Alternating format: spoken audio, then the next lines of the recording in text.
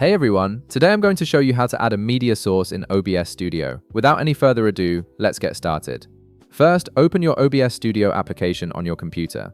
Once the application launches and you can see your main dashboard, direct your attention to the bottom left corner of your screen. You'll notice a section labeled Sources. This is where you can manage all the different elements that appear in your stream or recording, from cameras to images to video files. Within the Sources section, you'll see a plus icon. Go ahead and click on this plus icon to reveal a drop-down menu with various source types you can add.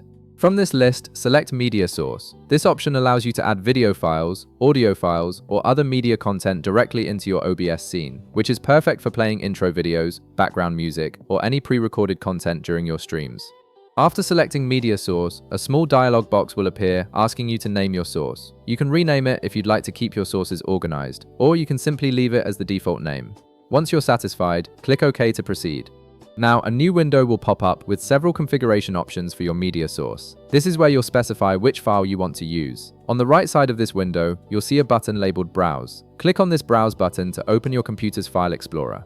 The File Explorer will now appear, allowing you to navigate through your computer's folders. Browse through your files and locate the video you want to add to your OBS scene. Once you've found the right video file, click on it to select it, then click the Open button. This will automatically link that video file to your media source in OBS. After selecting your video, you'll be returned to the Properties window. Click OK to finalize your settings and add the media source to your scene. The video will now appear in your OBS preview window, ready to be used in your stream or recording.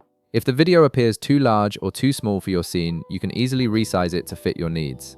Simply click on the video in the preview window to select it, then drag any of the corners to adjust its size. You can also reposition it by clicking and dragging the center of the video to move it around your scene. And that's it.